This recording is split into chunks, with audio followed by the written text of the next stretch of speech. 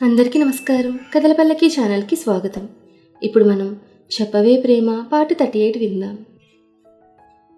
మీ అన్న కూడా ఇలాగే రియాక్ట్ అవుతాడా మన విషయం తెలిసి అని చిన్నగా అడిగాడు అనుని కృష్ణ. నీ తిప్పలు నువ్వు పడు అంటూ భుజాలు ఎగరేసింది అను. ఇంతలో అక్కడికి వస్తున్న జోసెఫ్కి అక్కడ అందరూ సీరియస్ డిస్కషన్లో ఉండడం చూసి ఇంకా దడగా అనిపించింది. నేరుగా వచ్చి వైశాలి పక్కన కూర్చోబోయేవాడల్లా అరుణ్ చూపులకి భయం కలిగి వేరే పక్కన కూర్చున్నాడు. అందర్నీ చూసి ఒక పిచ్చి నవ్వు ఒకటి విసిరి ఏమైందన్నట్టు వైశాలి వైపు చూశాడు. చెప్పు అన్నట్టుగా తను చూస్తూ ఉంటే ఇప్పుడా అని ఎక్స్ప్రెషన్ పెట్టి కోపంగా చూస్తున్న వైషుని చూసి సరే అని తలూపాడు జోసెఫ్. వాళ్ళ మూగ భాషలో వాళ్ళు ఉండడం చూసి తన గొంతు సవరించుకున్నాడు అరుణ్. జోసెఫ్ ఎలా చెప్తాడోనని అందరూ ఉత్కంఠగా చూస్తున్నారు. ఇంతలో Joseph Arun my sweet friend అన్నాడు బుజ్జగింపుగా. ఏంట్రా అన్నాడు బేస్ వాయిస్తో అరుణ్. ఉత్తప్పుడు బాగానే ఉంటాడుగా, ఇప్పుడేమైంది అనుకుంటూ ఎప్పటినుంచో నీకో విషయం చెప్పాలనుకుంటున్నానురా అన్నాడు కళ్ళు మూసుకుని జోసెఫ్. ఆ మాటకి అరుణ్ కోపంగా చూస్తూ ఏంటది అన్నాడు ముందుకొచ్చి. చెప్పేలోగా చచ్చేలా ఉన్నాడు అనుకుని వైషు చూస్తూ ఉంటే కోపం రాని అరుణ్ ఎందుకంత ఫైర్ అవుతున్నాడో అర్థం కాక మిగిలిన వాళ్ళు చూస్తున్నారు. అది చర్చిలో ముహూర్తం బాగుందంట, నీకు చెప్పి తాళి కడదామని అంటూ ఏం చెప్పాలో తెలియక ఏదో ఒకటి చెప్పేశాడు. తన మాటలకు అందరూ నవ్వుతూ ఉంటే చెల్లిని ప్రేమిస్తూ అన్నను పెళ్లి చేసుకుంటావా అన్నాడు నవ్వుతూ కిషోర్. జోసెఫ్ కిషోర్ని కోపంగా చూస్తూ నీ చెల్లంటే నాకు ఇష్టం అరుణ్, తన్ని కన్నీళ్లు పెట్టనివ్వనని చెప్పను, కానీ వాటిని తుడిచే చెయ్యని నేను అవుతాను అంటూ ఎమోషనల్గా చెప్పాడు జోసెఫ్. ఆ మాటకి అరుణ్ నిన్ను అంటూ ఒకటి పీకి తెలుగు సినిమాలు చూడమంటే వాటిలోని డైలాగ్స్ బట్టి పట్టి నాకే చెప్తావా అన్నాడు సీరియస్గా. అది అని నసుకుతున్నాడు జోసెఫ్. ఎంత ధైర్యం నా చెల్లిని ప్రేమించడానికి అన్నాడు విసురుగా అరుణ్. ఇదంతా చూస్తున్నాను. ఎందుకంత కోపం అరుణ్, నెమ్మది అంది. నువ్వు మాట్లాడకను అన్నాడు గట్టిగా అరుణ్. అతని మాటకు సైలెంట్ అయిపోయింది అను. ఎవరిని నొప్పించిన అరుణ్ ఎందుకలా బిహేవ్ చేస్తున్నాడో అని గమనిస్తున్నాడు కృష్ణ. అనుని కసురుకోవడంతో జోసెఫ్ తలదించుకుని sorry Arun, but I really love her. నేనే కాదు తను కూడా నన్ను లవ్ చేస్తోంది, చెప్పవే వైషు అంటూ తన వైపు చూశాడు జోసెఫ్. దాంతో వైశాలి అవునరా అన్నయ్య, చెప్పానుగా ఇష్టమని. ముందు చెప్పిన దానికంటే నెమ్మదిగా చెప్పింది తలదించుకుని. బిక్క చచ్చిపోతున్న అందరి ముఖాలు చూసి ఒక్కసారిగా గట్టిగా నవ్వేశాడు అరుణ్. అది చూసిన పూజ ఇప్పుడు ఈ లాఫ్ ఎందుకో అంది కోపంగా. మన పెళ్ళికి వీడు పెట్టిన టెన్షన్ నువ్వు మర్చిపోయినా నేను మర్చిపోను, అందుకే స్మాల్ రివెంజ్ అన్నాడు నవ్వుతూ అరుణ్. అందుకని పాపం వాళ్ళకి ఇంత టెన్షన్ అవసరమా అంది మూతి తిప్పుతూ శాన్వి. వాళ్ళని టెన్షన్ పెట్టాలని కాదు, మనం ఎన్ననుకున్నా జరిగేది ఇంటర్ రిలీజియన్ మ్యారేజ్, సో స్ట్రాంగ్గా నిలబడగలడో లేదో అని టెస్ట్ చేశాను. పర్లేదు వైషు, బాగానే ట్రైన్ చేశావు అన్నాడు అరుణ్. ఆ మాట విన్న వైషు గుండెలో రైళ్లు పెరిగెత్తించావు. అమ్మని నేను ఒప్పించగలను, కానీ నాన్న నీ మాటే వింటారు. నువ్వు జోసెఫ్ గురించి మంచిగా చెప్తే అంది వైషు. ఆ మాటకి పూజ మీ అన్నయ్య చెవులు పట్టుకుని మరీ చెప్పించే బాధ్యత నాది అంది నవ్వుతూ. అన్నయ్యగా మంచి ఆలోచన చేశావు అంటూ అభినందించాడు కృష్ణ. అందరూ మాట్లాడుతున్నా అను ఏమనకపోవడంతో ఇందాక గట్టిగా మాట్లాడినందుకు అను హట్ అయిందని తను బుజ్జగించడం మొదలుపెట్టారు. కాస్త పెట్టు చేసినా మళ్ళీ మామూలై తినేశాక వాళ్ళని తమ ఇంటికి తీసుకెళ్ళింది. వాళ్ళ తల్లిదండ్రులకి తన ఫ్రెండ్స్ని పరిచయం చేసి వారు పడుకోవడానికి ప్లేస్ సెట్ చేసింది. ఇదివరకు తమతో ఏదీ పంచుకోనాను ఇప్పుడు ఇలా చనువుగా ఉంటూ ఉంటే వాళ్ళకే తెలియని ఆనందం వేసి పిల్లలుగా వాళ్ళు కోరుకున్నదేంటో బాగా అర్థమైంది శ్రీధర్ గారి జంటకి. మర్నాడు అందరూ టిఫిన్ చేసి గాయత్రి వాళ్ళ ఇంటికి చేరుకుని అందరితో త్వరగానే కలిసిపోయి సందడి తెచ్చారు. పెళ్ళయ్యేంత వరకు ఉండి అటునుంచటే ఊరు వెళ్ళిపోయారు మిగతా వాళ్ళు. కృష్ణను తిరిగి ఇంటికి చేరుకున్నారు. రోజులు వేగంగా కదులుతూ దాంట్లో శివ ఎంగేజ్మెంట్ కూడా కలుపుకుంది.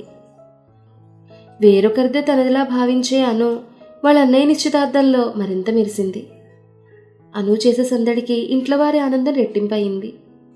కృష్ణ అనుతో కలిసి తన ప్రేమ జీవితం ఇంటా బయట హాయిగా సాగిస్తున్నాడు. శివ పెళ్ళయ్యాక మంచి రోజు చూసుకుని చెప్పేసి తాను తొందరగా అనుని తన పార్ట్నర్ చేసుకోవాలని నిర్ణయం కూడా తీసుకున్నాడు. కానీ విధి విపరీతమైంది. ఒకరోజు సాయంత్రం ఇంటికొచ్చిన అను కృష్ణలకి హాల్లో ఎవరో కూర్చుని శ్రీధర్ గారితో మాట్లాడుతూ కనిపించారు. పరీక్షగా ఎవరున్నారో చూస్తే అర్థమైంది అక్కడున్నది మైనా ఇంకా తన కుటుంబం అని. ఉరుము లేకుండా పిడుగుల ఇప్పుడెందుకు వాలిందో అని ఆలోచిస్తూ ఇంట్లో కదులుతుంటే కృష్ణను శ్రీధర్ గారు పిలిచారు. కృష్ణ, వీళ్ళెవరో నీకు తెలుసుగా అన్నారు శ్రీధర్. తన ఎదురుగా పిచ్చ ఎక్సైటెడ్గా ఉన్న మైనా ఆ పక్కనే వాళ్ళ ఫాదర్ని చూసి తెలుసు అంకుల్ అన్నాడు ఆలోచిస్తూ కృష్ణ. నందన గారు వాళ్ళకి స్వీట్స్ ఇస్తూ అమ్మాయి కూడా మీ ఆఫీసే అంటగా అన్నారు నవ్వుతూ. అవునంటూ మళ్ళీ తలూపి అను వైపు చూశాడు. ఏం మాట్లాడకుండా అలానే చూస్తోంది అందరి వైపు అను. మా అమ్మాయి అను అంటూ దగ్గరికి పిలిచి పరిచయం చేశారు శ్రీధర్. మాకు ఆల్రెడీ పరిచయం ఉంది అంకుల్ అంది లేని నవ్వుతో మైనా. నేను మీకు తెలుసా కృష్ణ అన్నాడు మైనా ఫాదర్. కృష్ణ అను నుంచి చూపు తిప్పి తెలుసు sir, one of the share holder అంటూ పలికాడు. ఇంతలో శ్రీధర్ గారు వాళ్ళు ఎందుకు వచ్చారో తెలుసా కృష్ణ అన్నారు నవ్వుతూ. ఆ మాటకి తెలియదని తెలుపుతోంటే నీ పెళ్లి గురించి మాట్లాడడానికి అన్నారు శ్రీధర్. ఆ మాటకి అనుభవం నెత్తి మీద పేలినట్లుగా నా పెళ్లి గురించా అంటూ కొంచెం గట్టిగానే అరిచాడు. అవును కృష్ణ, మా అమ్మాయి ఏమడిగినా నేను కాదన్ను. అలాంటిది మీరంటే ఇష్టమంది. అందుకే మీ సంబంధం అడగడానికి స్వయంగా మేమే వచ్చాం. నీకు అభ్యంతరం ఏం లేదు కదా కృష్ణ అన్నారు మైనా ఫాదర్. తనకి ఏం అర్థం కాక మౌనంగా ఉన్నాడు కృష్ణ. దాంతో మైనా ఫాదర్ ఓపెన్గా చెప్పండి కృష్ణ, పోనీ మీరెవరైనా ఇష్టపడ్డారా చెప్పండి అన్నారు మైనా ఫాదర్. ఆ మాటకి అను కృష్ణ మైనా వైపు చూస్తే తనకు తెలియనట్లే కూర్చుంది స్టైల్గా. చచా, అలాంటివేం లేవు, నాకు నమ్మకం ఉంది అని ఆయనతో చెప్పి నువ్వు ఒప్పుకుంటావనే ధైర్యంతో మాటిచ్చాను కృష్ణ అన్నారు కృష్ణ వైపు చూస్తూ శ్రీధర్ గారు. ఇంతలో పక్కన చూస్తే అను లేదు, పైకి వెళ్ళిపోయింది. కృష్ణ కూడా తన వంటే వెళ్ళబోతే నీ అభిప్రాయం కూడా చెప్తే అంటూ ఆగారు. ఇలా సడన్గా వచ్చి అడిగినందుకు ఒక పక్క పిచ్చెక్కిపోతుంటే వాళ్ల ముఖం మీదే అరిచి వద్దని చెప్పాలనున్నా శ్రీధర్ గారు పరువు తీయలేక ఆలోచిస్తూ నేను ఒకసారి పైకి వెళ్తాను అంటూ సమాధానం కోసం చూడకుండా అను గదిలోకి వెళ్ళాడు కృష్ణ. గదిలో అను అప్పుడే మొహం కడుక్కొని వచ్చి మంచం మీద కూర్చుంది. తన ముఖంలో ఎలాంటి భావన కనపడక కృష్ణ అవస్థపడుతుంటే కనీసం తన వైపు కూడా చూడలేదు. అను పద, మన విషయం చెప్పేద్దాం అన్నాడు కృష్ణ. లేదు కృష్ణ అందాను. ఏంటి భయపడుతున్నావా అను అని అడిగాడు కృష్ణ. భయం కాదు, చెప్పాలని అనుకోవట్లేదు కృష్ణ అందాను. చెప్పాలనుకోవట్లేదంటే అన్నాడు అసహనంగా కృష్ణ. కింద డాడీ ఏమన్నారో విన్నావుగా, ఆయనకి మాటిచ్చారు అందాను. అయితే నాకేంటి అన్నాడు కృష్ణ. నేను తిరిగి వచ్చినప్పుడే అనుకున్నాను కృష్ణ, ఇక మీదట వాళ్ళు బాధ పెట్టకూడదని అందాను. అను, చిరాకు తెప్పించుకో, ఆయన బాధపడతాడని మనం బాధపడాలా అని అడిగాడు కృష్ణ. అది కాదు కృష్ణ, ఎవరో వచ్చి నిన్ను అడగగానే డాడీ ఒప్పుకున్నారంటేనే ఆయనకు మన ఆలోచన లేదని అర్థమవుతోంది. ఇప్పుడు మన విషయం చెప్పి నేను మళ్ళీ బాధ కలిగించాలనుకోవట్లేదు అందాను. బుద్ధుండే మాట్లాడుతున్నావాను, మనం మినిమం ఫైట్ చేయకుండా మనకు కావాల్సింది ఎలా దక్కుతుంది అన్నాడు కృష్ణ. నా వల్ల ఇంట్లో జరిగిన యుద్ధాలు చాలు కృష్ణ, అర్థం చేసుకోవడానికి ట్రై చేయి అంది గట్టిగా అను. ఇది వరకు జరిగిన గొడవలు గుర్తొచ్చి మెల్లగా తన మెదడులో మళ్ళీ భయం మొదలైంది. అంకుల్ బాధపడకూడదని నా మీద ప్రేమను కూడా చంపేసుకుంటావా? చాలా కోపంగా భుజాలు పట్టుకుని అడిగాడు కృష్ణ. కన్నీరు బుగ్గలపై జారుతుంటే అవునంత లూపింది అను. వెంటనే గట్టిగా కొట్టాడు కృష్ణ అనుని. అంత ఈజీనా కావాల్సినప్పుడు ప్రేమను వదిలేయడం? నీకన్నీ కుదిరితే ప్రేమిస్తావు, లేకపోతే అవతలకు విసిరేస్తావా? కోపంతో ముఖమంతా ఎర్రబడింది కృష్ణకి.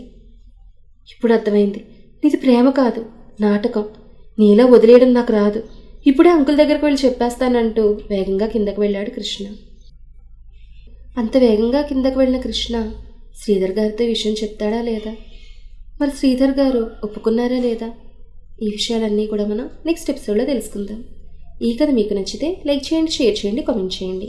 అలాగే మన కథల పల్లకి ఛానల్ని సబ్స్క్రైబ్ చేసుకొని పక్కనే ఉన్న బెల్ ఐకాన్ని క్లిక్ చేయడం మాత్రం మర్చిపోకండి. ధన్యవాదాలు.